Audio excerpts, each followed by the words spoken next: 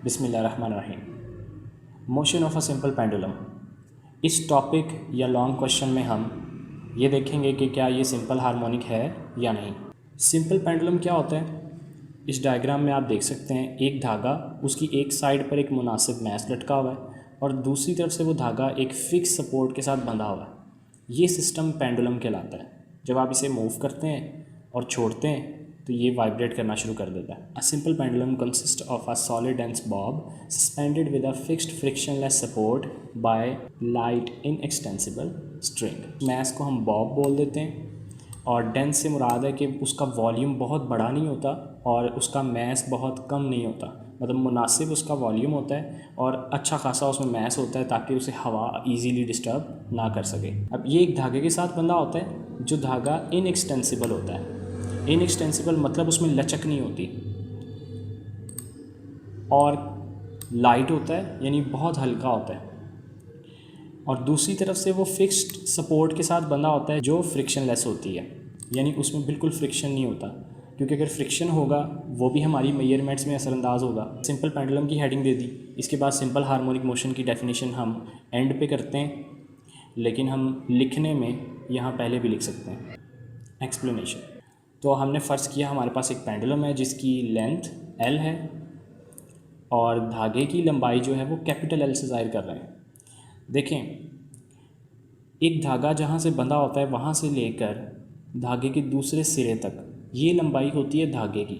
अगर आप पेंडुलम की लंबाई मालूम करना चाहते हैं तो इस फिक्स सपोर्ट से लेकर बॉब के सेंटर तक, मैस के सेंटर तक आप मेजर करेंगे, ना कि जहाँ तक धागा आता है। तो इसके 3 पार्ट्स हैं। एक्शन ऑफ फोर्सेस पढ़ेंगे, सिर्फ 3 पॉइंट्स हैं इसमें। फिर वेलोसिटी के बारे में बात करेंगे, 5 पॉइंट्स इसके हैं, और एंड पे हम देखेंगे एक्सेलरेशन सिंपल हार्मोनिक मोशन की कंडीशंस पे पूरा उतरता है या नहीं। तो फोर्सेस की हम डिटेल में बात करते हैं, उसके लिए एक इमेज देखते हैं। मेन पोजीशन O पर जब ये होता है तो वेट नीचे की तरफ एक्ट करता है, टेंशन ऊपर की तरफ, तो दोनों आपस में कैंसिल हो जाते हैं, कोई मोशन नहीं होता। कहता है when Bob is in equilibrium, तो मीन पोजीशन पर इक्विलिब्रियम में होते हुए नेट फोर्स यानी टोटल फोर्स कितनी होती है? 0, क्योंकि वेट कैंसिल हो जाता है टेंशन से जो धागे में प्रोड्यूस हुआ हुआ है। अब हम बॉब को मूव कर देते हैं from O to extreme position A पर। जब हम इस तरह से करते हैं, रेड कलर में टेंशन और ब्लू कलर में जो वेट हैं, अब वो बिल्कुल ऑपोजिट नहीं है जिस तरह से वो मीन पोजीशन पे थे, इसलिए टेंशन अब मुकम्मल तौर पे वेट को कैंसिल नहीं कर सकती। अब हम वेट के कुछ कंपोनेंट्स बनाते हैं ये जानने के लिए कि कितना वेट कैंसिल होगा। एक कंपोनेंट बन गया mg cos थीटा और दूसरा कंपोनेंट बन गया mg sin थीटा। कंपोनेंट्स बनाना हमने पिछली वीडियो में देख लिए थे। mg cos थीटा देखें, ये टेंशन के साथ बिल्कुल ऑपोजिट है, तो ये टेंशन के साथ कैंसिल हो जाएगा और वेट का एक कंपोनेंट रह जाएगा mg sin थीटा, और इसकी डायरेक्शन किस तरफ होगी? मीन पोजीशन की तरफ। सेम इसी चीज़ को हम रिपीट कर सकते हैं कि जब ये B पर जाता है तो B पर भी mg cos थीटा ये रेड कंपोनेंट होगा जो टेंशन से कैंसिल हो जाएगा, जबकि ये green component mg sin theta ये अभी भी मीन पोजीशन की तरफ होगा। mg sin थीटा हमेशा मीन पोजीशन की तरफ रहता है, और जो फोर्स हमेशा बॉडी को मीन की तरफ लाना चाहती है इसे हम बोलते थे रिस्टोरिंग फोर्स। इस केस में वो कौन है? mg sin theta. अब mg sin थीटा पर अगर आप गौर करें तो इसके अंदर ये जो एंगल है, ये एंगल हमने लिया है पुरानी मीन पोजीशन और जो नई पोजीशन बनती है इसके दरमियान। यही सेम एंगल बनता है इस वेट और इसके इस कंपोनेंट के दरमियान, क्योंकि ये वेट पैरेलल है पिछली मीन पोजीशन के, और ये लाइन जो नई पोजीशन की है ये वेट की पैरेलल लाइन और पुरानी पैरेलल लाइन को स्ट्रेट कट कर रही है, इसलिए ये एंगल और ये पुराना एंगल ये दोनों आपस में बराबर होंगे। तो साइन थीटा एक ऐसा फंक्शन है कि एंगल की वैल्यू बढ़ने से इसकी वैल्यू बढ़ती है। इसका मतलब अगर एंगल की वैल्यू बढ़ेगी तो ये पूरा mg sin थीटा इंक्रीज़ होगा, अगर थीटा की वैल्यू कम होगी साइन थीटा की वैल्यू कम होगी। ओवरऑल मल्टीप्लिकेशन की वजह से mg sin theta as a whole कम हो जाएगा। यानी जैसे जैसे एंगल बढ़ेगा mg sin थीटा बढ़ेगा, और जैसे जैसे एंगल कम होगा mg sin थीटा भी कम होगा। एक और बात यह है कि जैसे जैसे एंगल बढ़ता है, मीन पोजीशन से एक्सट्रीम तक का ये जो फासला है ये भी एंगल के साथ साथ बढ़ता जाएगा, और जो जो एंगल कम होगा मीन पोजीशन से फासला भी कम होगा। तो मीन पोजीशन से फासला ज़्यादा, थीटा भी ज़्यादा, mg sin थीटा भी ज़्यादा, ये कम ये भी कम। नेगेटिव साइन का मतलब ये है कि फासला तो हमेशा मीन पोजीशन से बाहर की तरफ लिया जाएगा, फ्रॉम मीन पोजीशन होता है ये फासला, लेकिन ये जो mg sin थीटा है ये तो हमेशा मीन पोजीशन की तरफ होगा। तो दोनों आपस में हमेशा ऑपोजिट रहते हैं, इसलिए नेगेटिव साइन। यानी आपकी रीस्टोरिंग फोर्स मीन पोजीशन से डिस्प्लेसमेंट के डायरेक्टली प्रोपोर्शनल तो है, लेकिन ऑपोजिट है। अल्फाज में देख लेते हैं। कहता है जब हमने बॉब को O से A पर मूव किया, अब टेंशन और वेट बिल्कुल ऑपोजिट नहीं रहे, इस वजह से वेट का सिर्फ एक कंपोनेंट कैंसिल होता है और दूसरा कंपोनेंट mg sin थीटा बच जाता है, और इसकी डायरेक्शन किस तरफ होती है, मीन पोजीशन की तरफ। और ये वजह बनती है बॉब के दोबारा किस तरफ जाने की, मीन पोजीशन की तरफ। अब फोर्स mg sin थीटा जो हमने देखी वो हमेशा इंक्रीज़ करेगी जब बॉब दूर जाएगा, कहाँ से, मीन पोजीशन से। तो जब जब बॉब मीन पोजीशन से दूर जाएगा, डिस्प्लेसमेंट बढ़ेगा, एंगल बढ़ेगा, तो आपके पास फोर्स इंक्रीज़ होती जाएगी। आप यहाँ पे नेगेटिव साइन भी लगा लीजिएगा, क्योंकि हमें पता है कि डिस्प्लेसमेंट के ये mg sin थीटा ऑपोजिट भी होता है। अब वेलोसिटी देखें, जब आप उस मैस को डिस्प्लेस करते हैं O से A पर, उसे छोड़ने पर ज़ीरो वेलोसिटी से वो मूव करना स्टार्ट कर देगा mg sin थीटा की फ़ोर्स की वजह से टुवर्ड्स O, यानी मीन पोजीशन की तरफ। और इस तरफ मीन पोजीशन की तरफ आते हुए क्योंकि उसके ऊपर फोर्स लग रही है, तो वेलोसिटी कीप्स ऑन इंक्रीजिंग, बढ़ती जाएगी, जबकि force Aahista Aahista mean position पर आकर ज़ीरो हो जाएगी और वेलोसिटी क्या हो चुकी होगी, मैक्सिमम। तो O से A पर ले गए, A से जैसे ही हम इसको रिलीज़ करते हैं तो फोर्स इसी डायरेक्शन में है, तो फोर्स इसको A से O की तरफ मूव करती है और वेलोसिटी को बढ़ाती जाती है। लेकिन क्योंकि डिस्प्लेसमेंट कम होता जाता है, एंगल कम होता जाता है, तो mg sin थीटा भी कम होते होते जब एंगल बिल्कुल यहाँ पर आके ज़ीरो हो जाएगा तो फोर्स ख़त्म हो जाएगी और वेलोसिटी जितना बढ़नी थी बढ़कर वो मैक्सिमम हो चुकी है।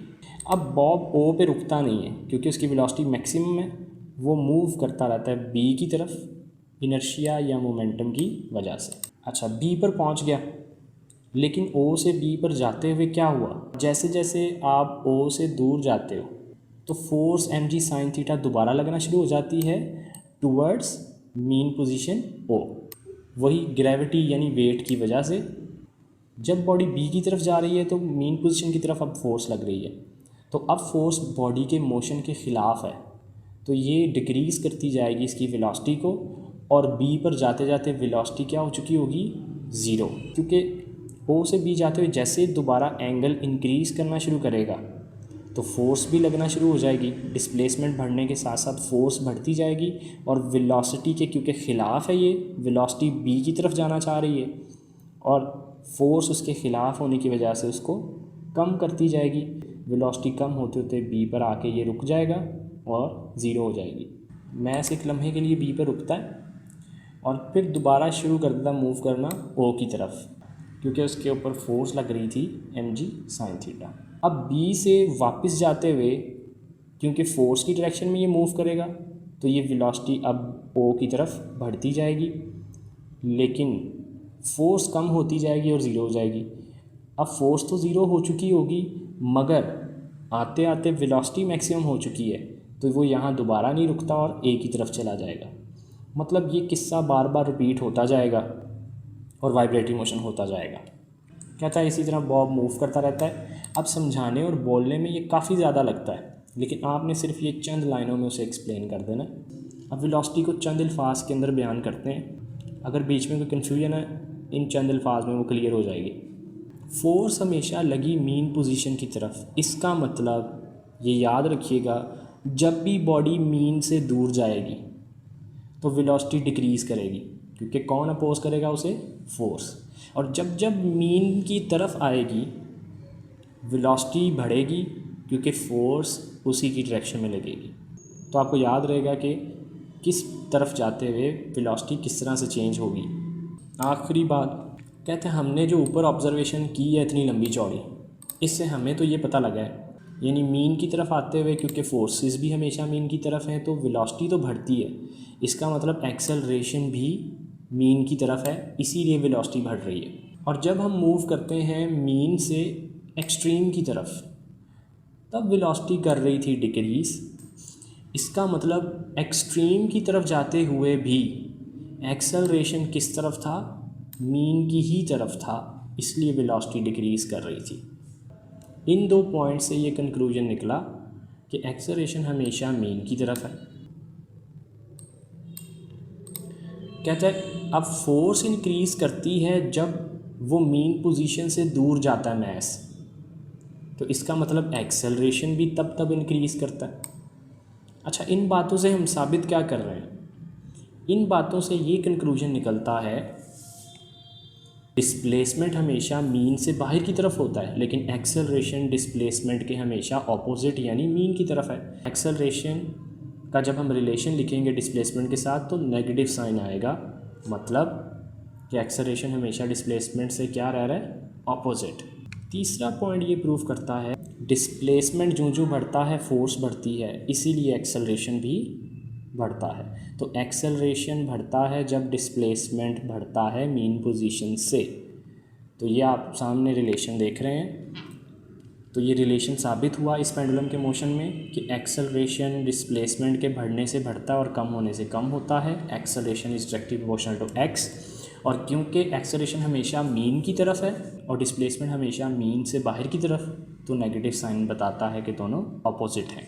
तो एंड पर हम इन बातों को कंक्लूजन में लिख देते हैं। हम कहते हैं कि इससे ये कंक्लूड हुआ कि एक्सेलरेशन सिंपल पेंडुलम का हमेशा मीन पोजीशन की तरफ होता है और डायरेक्टली प्रोपोर्शनल होता है to the displacement from mean position, और यही शर्त है किसी मोशन के सिंपल हार्मोनिक होने के लिए। अब सिंपल हार्मोनिक मोशन क्योंकि एक पीरियोडिक मोशन है, तो एक पेंडुलम के सिंपल हार्मोनिक मोशन का टाइम पीरियड होता है t = 2π√L/g। ये L लेंथ ऑफ स्ट्रिंग नहीं बल्कि लेंथ ऑफ पेंडुलम है। इस फॉर्मूले से ये याद रखिएगा, MCQs पूछ लिया जाता है कि अगर हम मैस को बढ़ाते जाएं या मैस डबल कर दें तो टाइम पीरियड पर क्या असर पड़ेगा सिंपल पेंडुलम के। तो याद रखें क्योंकि इसके फॉर्मूले में मैस नहीं है तो सिंपल पेंडुलम का टाइम पीरियड मैस को बढ़ाने से चेंज नहीं होता, सिर्फ लेंथ के ऊपर डिपेंड करता है और ग्रेविटेशनल एक्सेलरेशन या स्ट्रेंथ आप कह सकते हैं इसके ऊपर डिपेंड करता है। वाइब्रेटरी मोशन में एक अहम इस्तिलाह यानी कि टर्म है एम्पलीट्यूड। वाइब्रेटरी मोशन के दौरान बॉडी जहाँ पर भी हो उसका मीन पोजीशन से फासला तो x कहलाता है, लेकिन वाइब्रेटरी मोशन के दौरान जो मैक्सिमम फासला होता है यानी मीन पोजीशन से एक्सट्रीम तक, इस मैक्सिमम फासले को हम बोलते हैं एम्पलीट्यूड। तो वाइब्रेट करती हुई बॉडी का जो मैक्सिमम डिस्प्लेसमेंट होता है किसी भी साइड की तरफ मीन पोजीशन से, वो मैक्सिमम डिस्प्लेसमेंट क्या कहलाता है? एम्पलीट्यूड। तो पेंडुलम में अगर आप एम्पलीट्यूड बढ़ाते भी जाएं तो टाइम पीरियड पे कोई असर नहीं पड़ेगा।